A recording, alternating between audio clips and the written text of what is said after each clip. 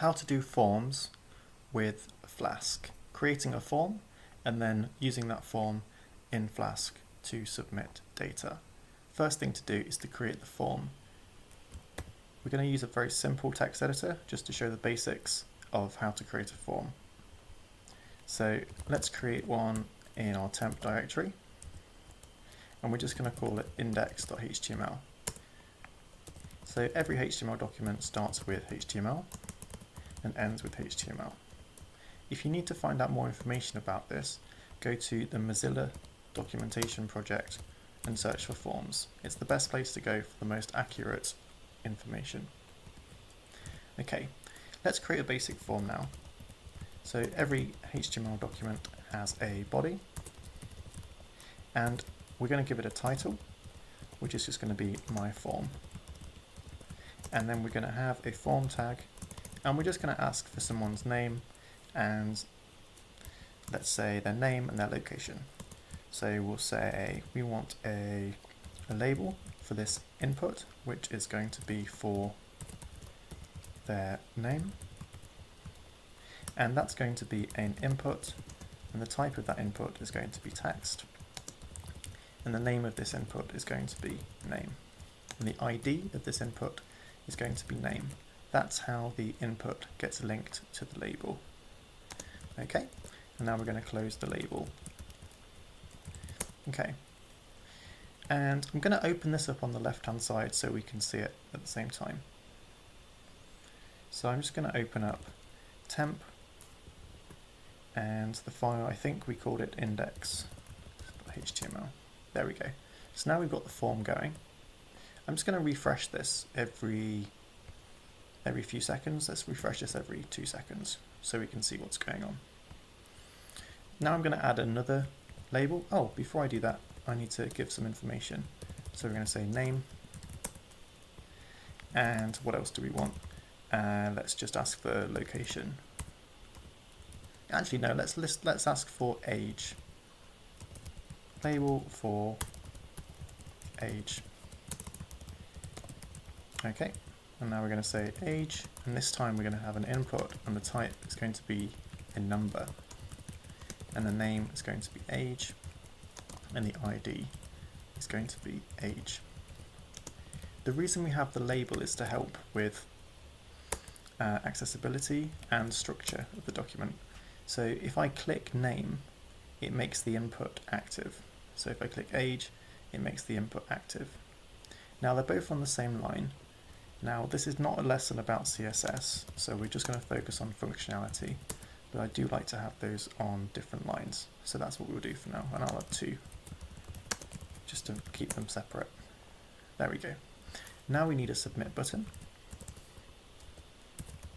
Input type equals submit, and the value is going to be save. Okay, so that's the basics of creating a HTML form. Now we want to connect this to our Flask application.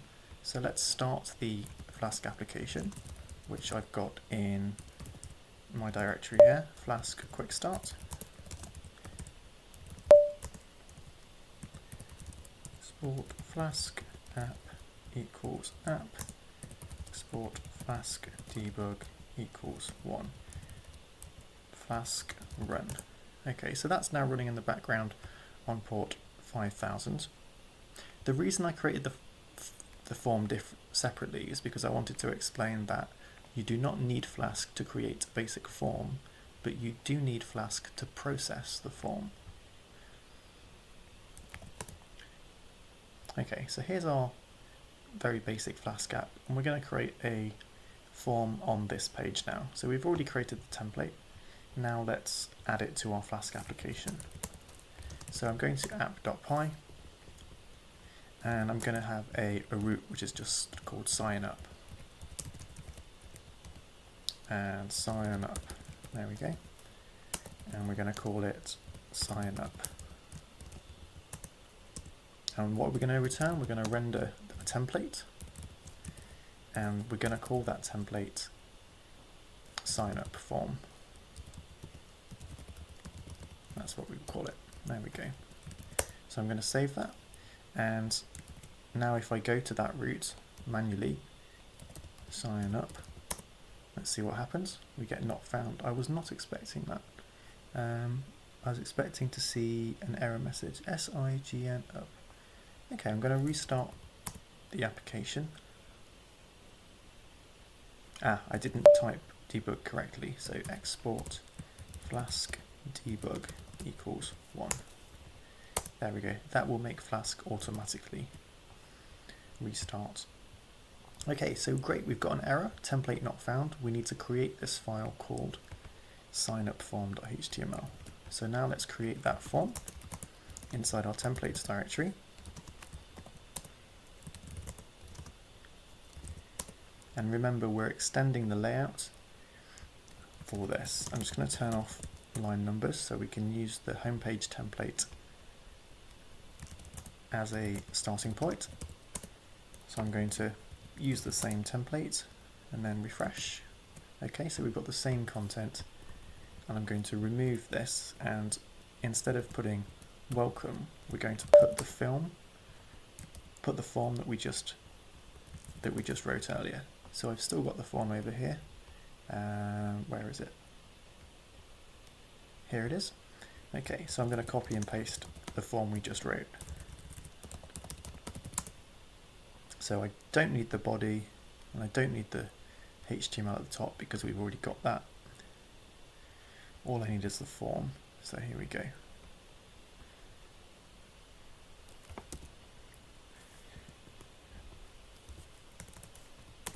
There we go. Refresh that. Refresh the page, and great, we've got that. We've got our form. And I'm going to give it a title as well. So let's say H1 sign up. There we go. Fantastic. And let's remove the age input and just ask for email address. Email, and that's just going to be an email type, and it's going to be email. That's a lot of times we've written email. There we go. Okay, so this does not do anything at the moment, which is very disappointing. We're also going to make them required. Now this does not add any security, but it helps with the user interface. So when I try and submit, we get a required, so cress, and we will say like hello@example.com. Okay, it still doesn't do anything, which is frustrating. So this is where we need to add some Python code. So by default, this just accepts a GET request, and what we want to do is a POST request to post the data. So for that, we need to say, well, it starts with the form, and we need to add the method, which is the way that the data gets sent. So we have two types. We have POST and we have GET. I'll show you GET to start with. So I'm going to, oh, what's this? Overwriting existing endpoint. I'm going to remove this because we've already got that. Here we go. So I'm going to fill in the form. And see, the GET request puts the parameters in the URL. That's what a GET method does, whereas a POST request sends the data in the background as part of the HTTP request. So now I'm going to refresh. And if I use inspect element, and if I fill in this form again with some pretend information, okay, so this time it posted it, but we get method not allowed. That's because we need to tell Flask that we accept the post data. So we're going to say methods equals, and it's going to be a list, I think. Is it an array? I can't remember. And we want post. There we go. And this is going to be, we're going to say store, or just save. Let's call it save sign up. Okay. Then we've got unexpected keyword argument method. because it's not method, it's methods, plural. There we go. Excellent. So now, when a post request happens, it gets sent to this function, and now we have access to the request, and we can use the request module from Flask to access the data that they requested. So we can say return request data, and we want to say thank you instead. Thank you for signing up. Before we do the return, we're just going to test the data, and we want to say request.form.data. I think that's correct. Let's test it, see what happens. No attribute data form. Let's request that. There we go. So I'm just going to go back to the sign up form. I'm going to fill it in. And remember, the first request, this one, is calling this function. But when we press save, it's a post request. And why is it a post request? Because we've put the method equals post. That's very important. And that calls this function, and we have access to the request, and the request object contains all the information about the request. So we're going to fill it in, press save, and we return the information. And at this point is where we might save it into a database, for example.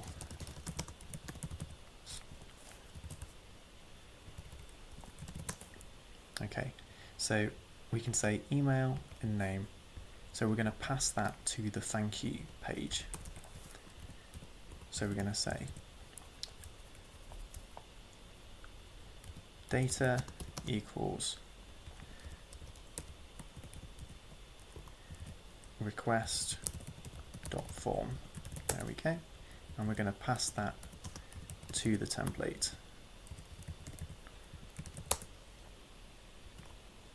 So we now need to create this template called thank you. So we're going to say create a new template called thank you. So we'll copy the sign up form and call it thank you.html. And inside here we'll say thank you for signing up. Thank you. Okay, so at the moment it's just going to say thank you, but because we've passed the data, we can also present that to them on the screen. So we're going to say thank you, and we can say data.name. Now where did that word come from? Data? It came from here, because we said the data is equal to the form request. And the word name, where did name come from? Name came from the template, which is here. So we've got name, and we can also do email address. Okay, let's refresh that. So there we go. Thank you, Marcus. And we could also add the email address as well, for example. Your email. So we can say data.email. And this is where you might save it in the database as well, things like that, or do some sort of other action. So there we go. So that's from submission to presenting. Okay. So let's save that as an example. Onto another branch, we'll say form submission. I'm going to add the sign up form, and I'm going to add the thank you page. And I'm going to say what else changed. The app, git add app.py. So git commit message added form submission example. Okay, great. Now I'm going to create this as an app and put it online so people can use it to test and learn from. So let's go to make a new directory. So we'll call this form, Flask form submissions, Flask form submissions, form submissions, and I'm going to clone the previous one. Here we go. Flask quick start, here it is. On this branch, and we'll create this branch and we'll name it master, or we'll name it main. There we go.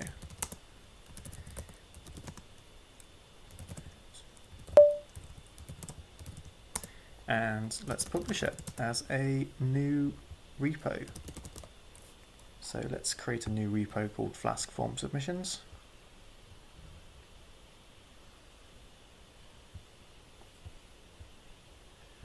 New repository,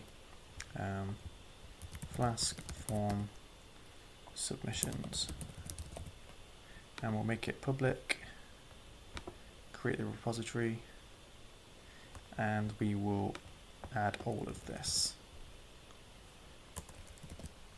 It's not a new repository, it's a existing repository. There we go. And then we're going to make this live on a website. So we're going to use the Segfault app because we can publish it quickly using this tool. So here's Flask form submissions, and let's get the repo, which is this one, and we can make it live by just pasting the URL here, and that will clone the project and host the project so that it's online. There we go. Let's see if that's online yet. There we go. We forgot to put a link to it in the URL sign up. So there's the form. So let's quickly fix that. So in the templates, we want to say in the layout, we want to add a link to the sign up form.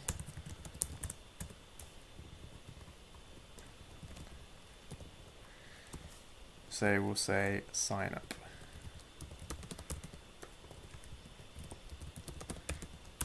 Sign up. Diff. Added link to sign up. There we go.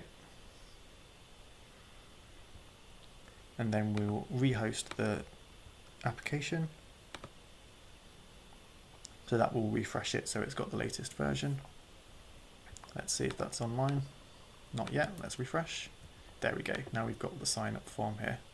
And let's check that it works. Yes, fantastic. Great. So that's the basics. We'll just add a little example link description to the repo just so people know what it's for. Example Flask form submissions. Host it at Segfault.app.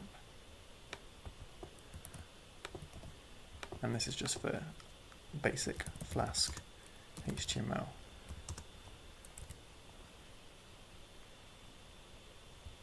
There we go.